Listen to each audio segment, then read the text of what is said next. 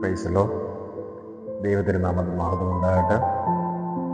കർത്താവിനാൽ അനുഗ്രഹിക്കപ്പെട്ടവരെ, ഒരു ദിവസം കൂടെ ദൈവം നമുക്ക് ദാനമായി തന്ന ഈ വൻകൃപയ്ക്കായിട്ട് നമുക്ക് ദൈവത്തിന് നന്ദി പറയാം. നന്ദി നിറഞ്ഞ ഹൃദയത്തോടെ അവനെ നമുക്ക് സ്തോത്രം ചെയ്യാം. അനുഗ്രഹിക്കപ്പെട്ട ഒന്ന് രണ്ട് തിരുവചനവുമായിട്ടാണ് ഞാൻ നിങ്ങളുടെ മുന്നിൽ നിൽക്കുന്നത്. ദൈവത്തിൻ്റെ ജീവനുള്ള തിരുവചനം അത് തേനിനെയും തേൻകട്ടയേക്കാൾ മാധുര്യമുള്ളതാണ്. അത് ഊർജ്ജസ്വലതയുള്ളതാണ്. ഇത് ദൈവത്തിൻ്റെ ശുദ്ധ വചനം അരുളി ചെയ്യുന്നതാണ്. തുളച്ചു കയറാൻ തക്കവണ്ണം ശക്തി ഉള്ളതാണ് ദൈവത്തിൻ്റെ വചനം. ഈ കഴിഞ്ഞ കുറേ ദിവസങ്ങളായിട്ട് എൻ്റെ ജീവിതത്തിലുണ്ടായ ചില അനുഭവങ്ങൾ എനിക്ക് ഒരുപാട് വേദനകൾ, പ്രയാസങ്ങളും ബുദ്ധിമുട്ടുകളൊക്കെ ഉണ്ടാക്കിയതാണ്. ഇന്നത്തെ നമ്മുടെ ചുറ്റുപാട് നോക്കിക്കഴിഞ്ഞാൽ ഒരുപാട് മക്കൾ രോഗത്തിൻ്റെ അവസ്ഥയിലാണ്. ഞാൻ ഉൾപ്പെടെ അനേകം മക്കൾ രോഗത്തിൻ്റെ പിടിയിൽ അകപ്പെട്ട് കഴിയുന്ന ഒരവസ്ഥയാണ്. സൗഖ്യമില്ലാതെ ഭാരപ്പെടുന്ന ഒരവസ്ഥയാണ്. ഔഷധങ്ങൾ കഴിച്ചിട്ടും ഉള്ള സമ്പാദ്യങ്ങൾ ചെലവഴിച്ചിട്ടും സൗഖ്യം കിട്ടാതെ ഭാരപ്പെടുന്ന അനേകം മക്കൾ നമ്മുടെ ചുറ്റുപാടുമുണ്ട്. ഞാൻ കഴിഞ്ഞിടയ്ക്ക് ഒന്ന് RCC വരെ ഒന്ന് പോയപ്പോൾ കൊച്ചു കുഞ്ഞുങ്ങൾ മുതൽ പ്രായമുള്ളവർ വരെ ക്യാൻസർ രോഗത്തിന് അടിമപ്പെട്ട് ഭാരപ്പെട്ട് പ്രയാസപ്പെട്ട് വേദനകളുടെ ഇടയിൽ കിടന്ന് പൊളയുന്നത് കാണാനായിട്ടിടയായി. നമ്മൾ നടന്നു പോകുന്ന വഴിയിലൊക്കെ ക്യാൻസർ രോഗികൾ കിടക്കുകയാണ്. നമ്മൾ അവരുടെ ഇടയിലൂടെയാണ് കടന്നു പോകുന്നത്. അതിനകത്ത് കയറി കഴിഞ്ഞാൽ ശരിക്കും മനുഷ്യൻ കാണേണ്ട ഒരവസ്ഥയാണ്. ഒന്നുകൊണ്ട് നമുക്ക് അഹങ്കരിപ്പാനില്ല. ദൈവസന്നദ്ധിയിൽ നമുക്ക് പുകഴുവാനോ അഹങ്കരിപ്പാനോ ഒന്നുമില്ല. മനുഷ്യൻ ഉറച്ചെന്നാൽ ഒരു ശ്വാസം എത്രയെന്നാണ് ദൈവത്തിൻ്റെ വചനം പറയുക. ഇതൊക്കെ നമ്മൾ കാണുമ്പോൾ നമ്മൾ എത്രയോ ഭാഗ്യവാന്മാരാണ് എന്ന് പലപ്പോഴും നമ്മൾ ചിന്തിച്ചു പോകാറുണ്ട്. ഞാനും പല രോഗത്തിൻ്റെ അടിമയിൽ കഴിയുന്ന മനുഷ്യനാണ്. എനിക്കതിൻ്റെതായ ബുദ്ധിമുട്ടുകളും പ്രയാസങ്ങളും വേദനകളും തിരിച്ചറിയാവുന്ന ഒരു മനുഷ്യനാണ്. നമ്മുടെ ദൈവത്തിൻ്റെ വചനം നാം വായിക്കുമ്പോൾ നമുക്ക് പുറപ്പാടിൻ്റെ പുസ്തകം അതിൻ്റെ 15:26 തിരുവചനം ഇപ്രകാരം അരുളി ചെയ്യുന്നത്, ഞാൻ നിന്നെ സുഖപ്പെടുത്തുന്ന കർത്താവാണ്.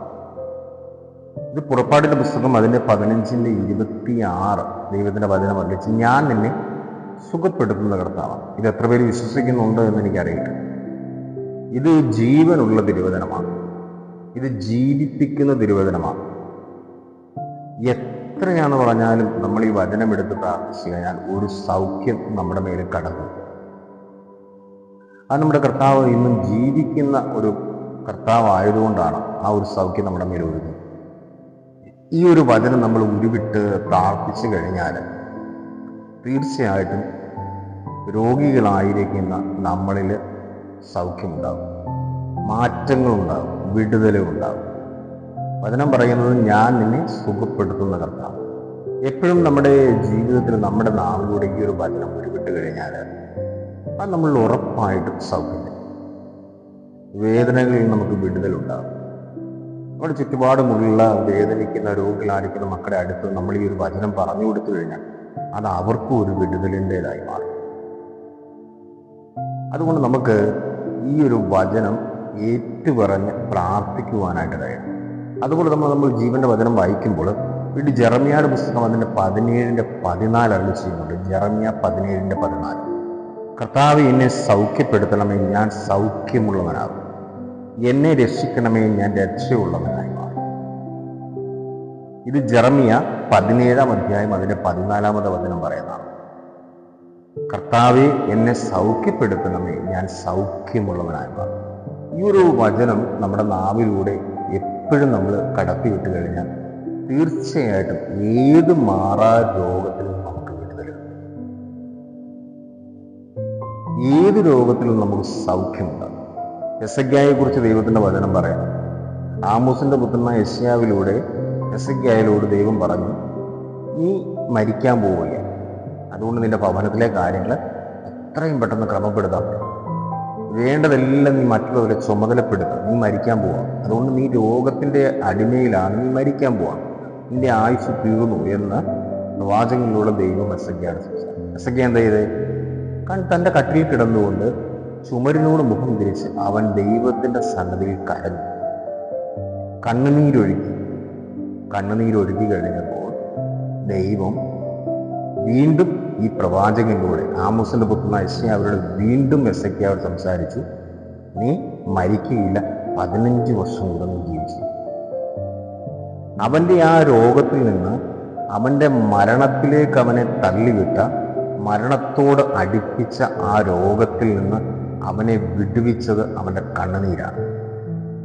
ചുമരിനോട് മുഖം തിരിച്ച് അവൻ കരഞ്ഞു കഴിഞ്ഞപ്പോൾ ദൈവം പറഞ്ഞു, നിന്റെ ആയുസ് 15 വർഷം കൂടെ ഞാൻ നീട്ടി തന്നിരിക്കുന്നു, നീ മരിക്കുകയില്ല. ഇതാണ് ദൈവത്തിൻ്റെ വചനത്തിൻ്റെയും നമ്മുടെ കണ്ണുനീരിൻ്റെയും ശക്തി എന്ന് പറയുന്നത്.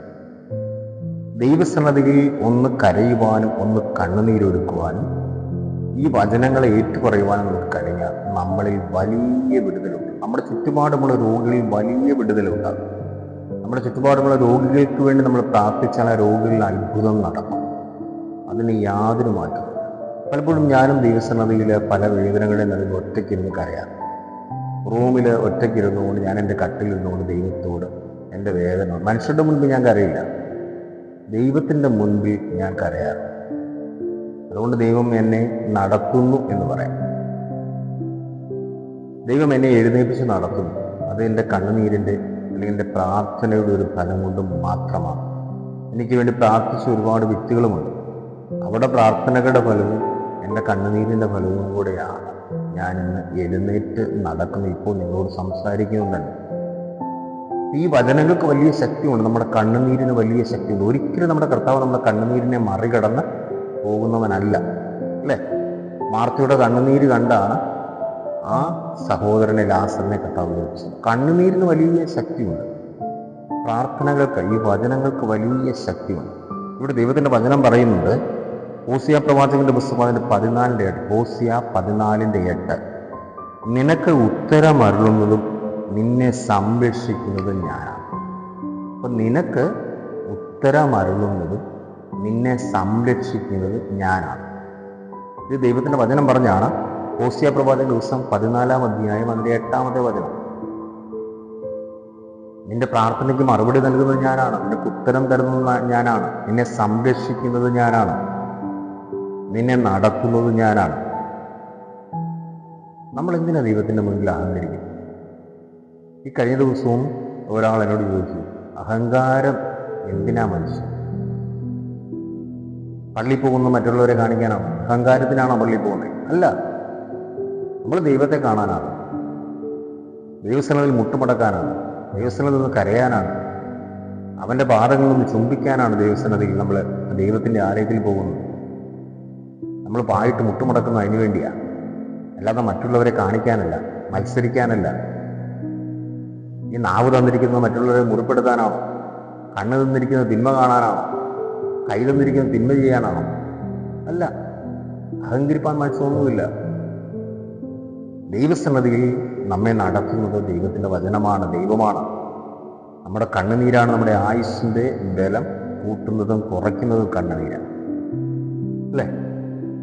അപ്പോൾ നമുക്ക് ദൈവസന്നദ്ധിയിൽ ഒന്ന് മുട്ടുമടക്കുവാനും ഒന്ന് താഴുവാനും നമുക്ക് കഴിയണം. ഞാനൊന്നുമല്ല, പുകഴുവാനോ അഹങ്കരിപ്പാനോ ഞാനൊന്നുമല്ല, എനിക്കൊന്നുമില്ല. 2026 ഈ ദിവസത്തിലേക്ക് ഞാൻ കടന്നു വന്നത് തന്നെ ദൈവത്തിൻ്റെ കൃപ കൊണ്ടാണ്.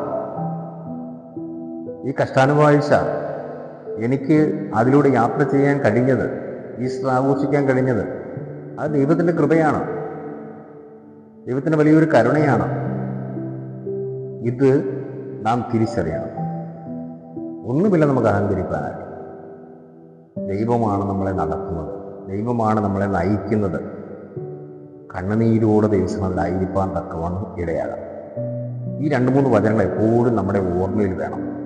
ഞാൻ നിന്നെ സുഖപ്പെടുത്തുന്ന കർത്താവാണ്, കർത്താവേ നീ എന്നെ സൗഖ്യപ്പെടുത്തണമേ, ഞാൻ സൗഖ്യമുള്ളവനാകും, എന്നെ സംരക്ഷിക്കുന്നത് നീയാണ്, എനിക്ക് സംരക്ഷണം നൽകുന്നത് നീയാണ്, എൻ്റെ പ്രാർത്ഥനയ്ക്ക് ഉത്തരം തരുന്നത് നീയാണ്, എൻ്റെ കണ്ണുനീരിന് ഫലം തരുന്നത് നീയാണ്. ഇതൊക്കെ നമ്മുടെ ഓർമ്മയിലുണ്ടെങ്കിൽ ദൈവം അത്ഭുതകരമായിട്ട് നമ്മളെ നടത്തും, നമ്മുടെ കുടുംബത്തെ നടത്തും. ദൈവം സമൃദ്ധമായിട്ട് നമ്മെ അനുഗ്രഹിക്കട്ടെ.